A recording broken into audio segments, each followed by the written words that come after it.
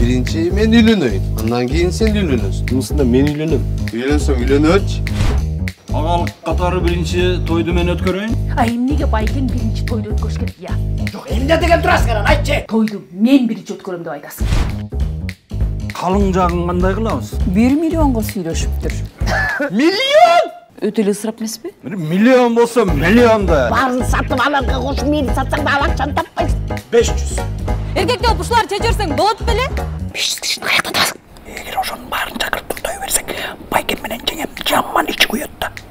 Мен денди көйнөктөрдү кимесем сага тийбейм, уктуңбу? Азыркы жаштардын тарбиясы. Эгер төлөй албасаң, Эми айла жоқ, кредитті ойланыш керек. Кредитке келин алып калам.